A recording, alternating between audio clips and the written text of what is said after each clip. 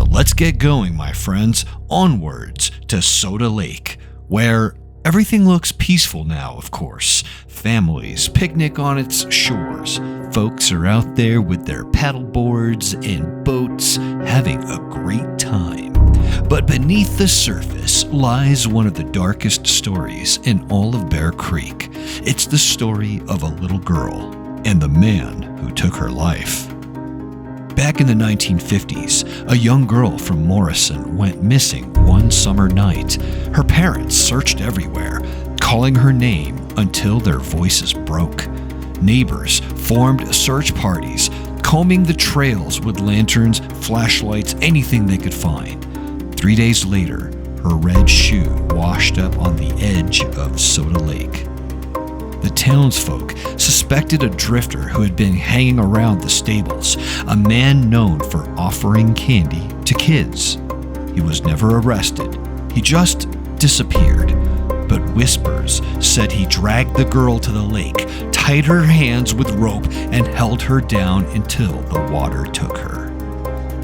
Since then, men have reported strange things at Soda Lake.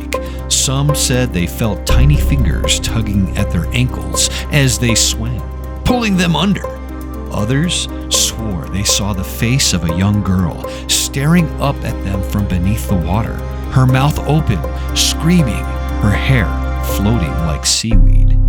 The story grew darker. Locals realized she didn't haunt everyone. Only certain men who bragged about their conquests, quote unquote, men who lingered too close to children at the park, men whose eyes stayed on girls for far too long. Those were the ones who vanished. Divers pulled bodies from the lake over the years, all men, their faces locked in horror, lungs filled with water, and strangest of all, every single one of them had scratches around their ankles, like a child's hands had drugged them down. Some say the ghost bear let her spirit hear the way it dragged the stable boy back from death. Others believed she wanders with the headless boy at night, a lantern swinging, her small bare feet splashing in the shallows. But here at Soda Lake, she doesn't run. She waits, and she pulls. Witnesses claim the lake glows some nights, like lanterns' light flickering just below the surface.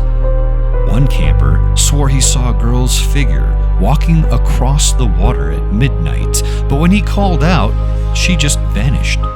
So, they say if you lean too close to Soda Lake and hear a child's laughter in the wind, it's already too late.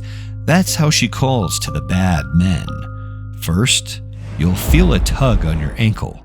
Then, you'll feel the water rise around you, even if you're standing on dry ground. And finally, you'll see her face, pale, dripping, eyes filled with rage, just before she pulls you under.